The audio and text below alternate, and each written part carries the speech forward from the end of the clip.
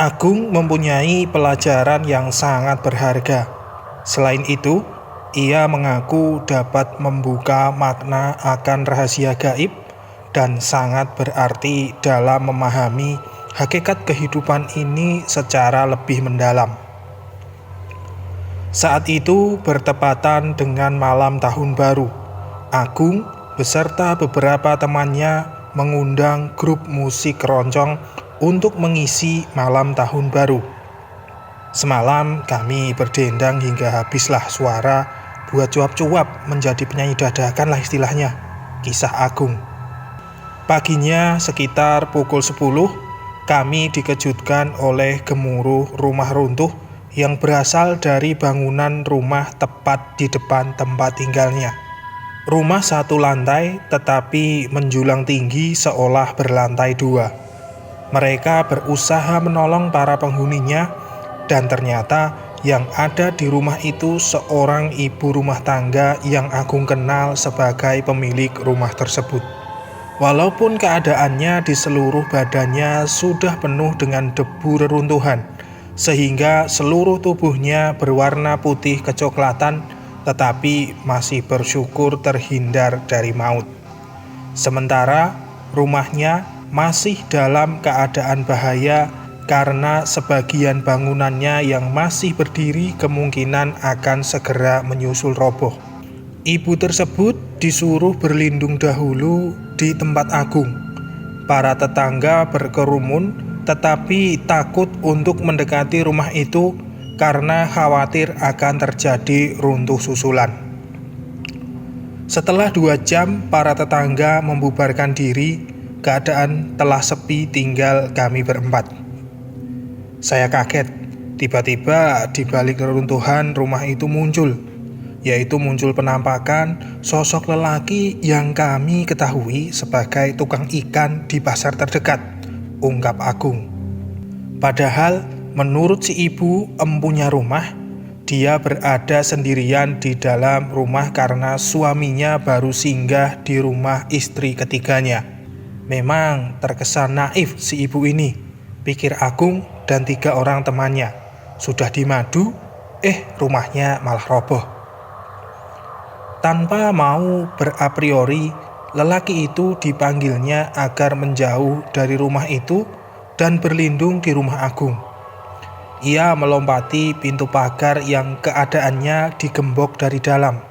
Ketiga teman Agung juga melihat lelaki itu datang masuk rumah runtuh. Itu sejak semalam kira-kira jam 9.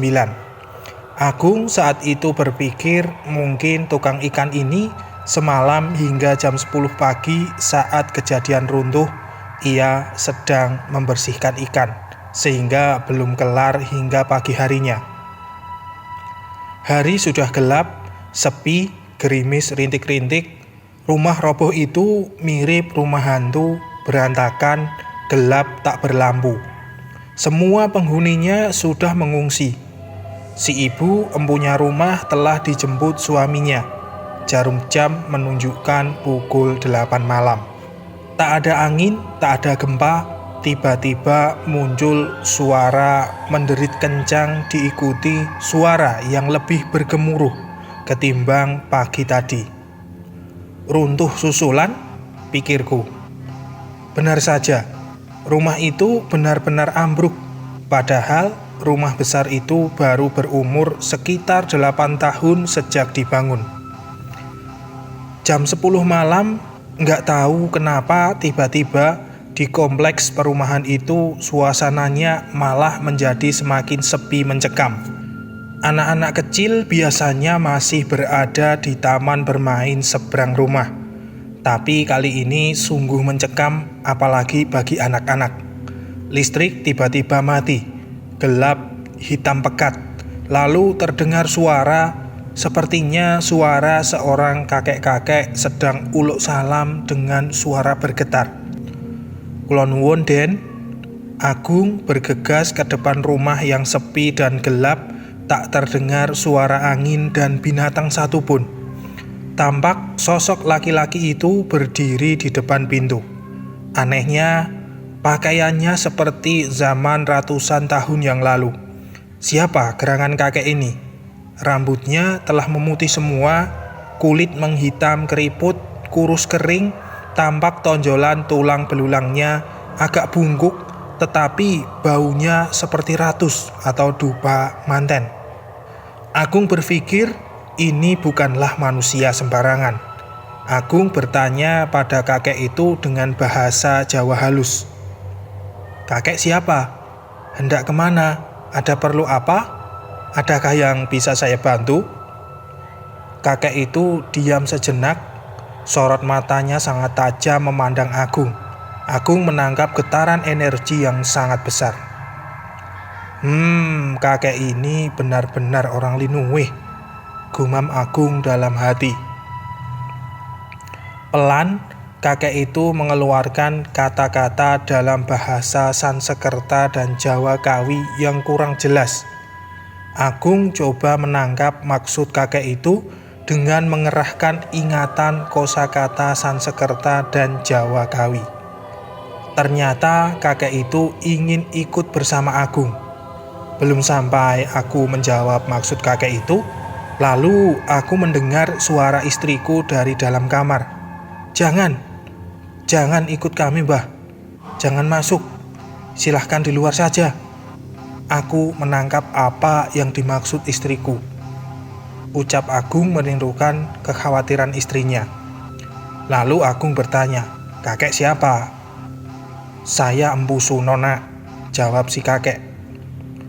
Bukankah seorang empu lazim menjadi sebutan nama di masa ratusan tahun lalu?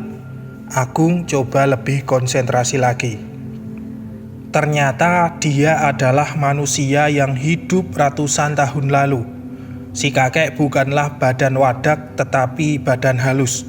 Lalu Agung bertanya lagi, "Di mana jasad empu dikubur?" "Jasadku ada di atas lemarimu, Nak." Agung bergegas memeriksa di atas lemari di kamarnya. Ternyata istrinya sudah mengulurkan tangannya menyerahkan seonggok benda berwujud jenglot kepada Agung. "Inikah jasadmu, Kek?" tanya Agung. Empu Suno mengangguk. "Empu, terima kasih sampeyan ingin ikut bersama kami, tetapi maafkan kami, seyogyanya empu tidak ikut bersama kami. Ikut saja orang lainnya mungkin akan membuat empu lebih nyaman. Kira-kira apa yang bisa kami lakukan untuk Anda?" sahut Agung. Kakek itu tampak mengeluarkan air mata. Agung sebenarnya tidak tega, tetapi dia merasa tidak nyaman saja diikuti. Tiba-tiba saja Empu Suno lenyap dari pandangan mata Agung. Listrik yang padam kembali menyala, tetapi jasadnya yang berwujud jenglot itu kemudian dibungkus Agung dengan kain kafan dan ditaruh di atas lemari. Agung saat itu masih berpikir harus bagaimana bersikap. Besok malamnya sekitar jam 12 malam, Empu Suno hadir kembali.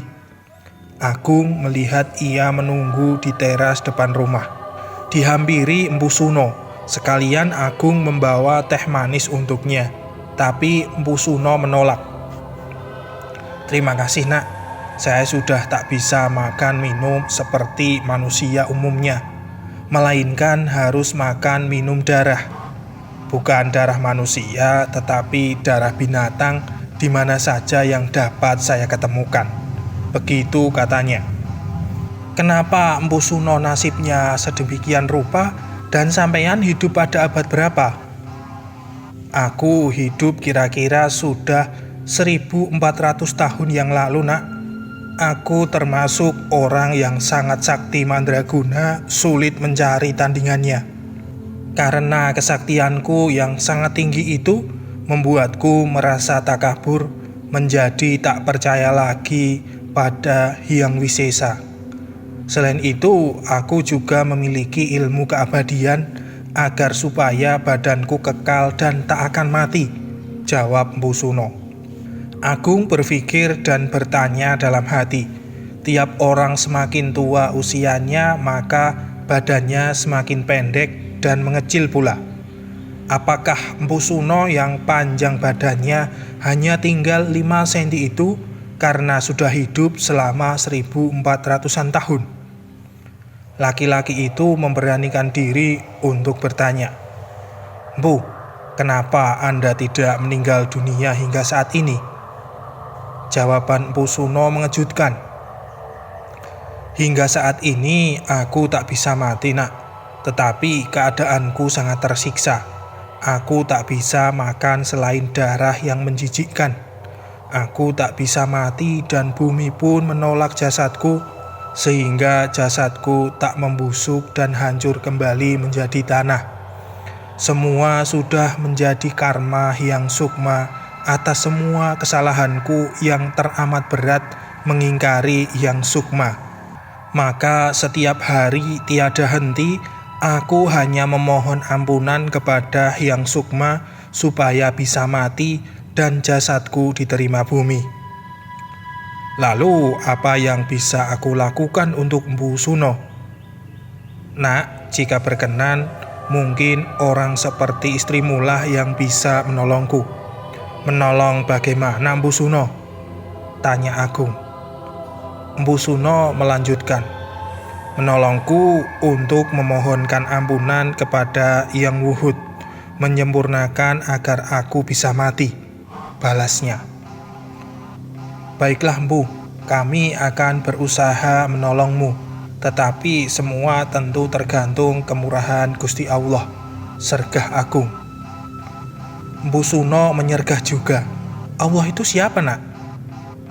"Loh, Empu tidak tahu toh? Gusti Allah itu Tuhan pencipta alam semesta." "Oh maaf nak, di zamanku dulu tidak pernah mendengar nama itu. Aku sekarang mengerti.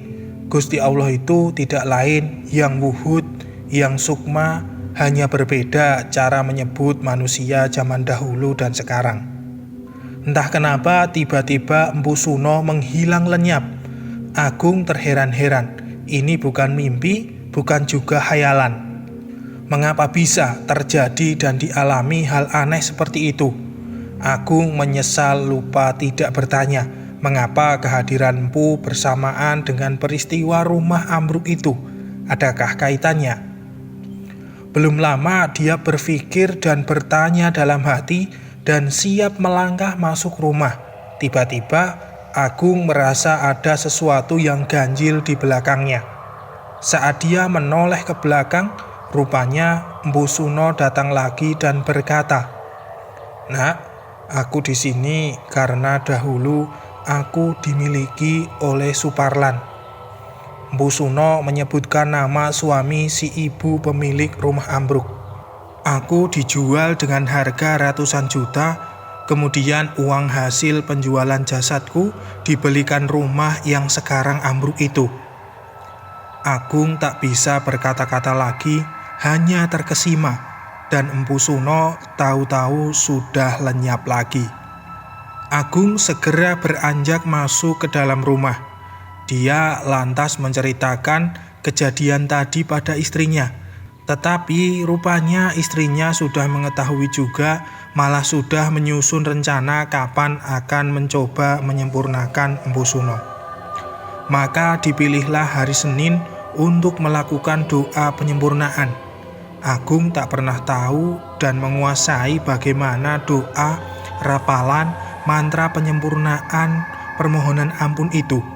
Namun di hari Rabu jam 9:30 malam, Empu Suno datang lagi saat dia nyetir di jalan tol menuju arah Bintaro sektor 9. Ia mengatakan jika besok hari Sabtu Pahing sudah akan pergi.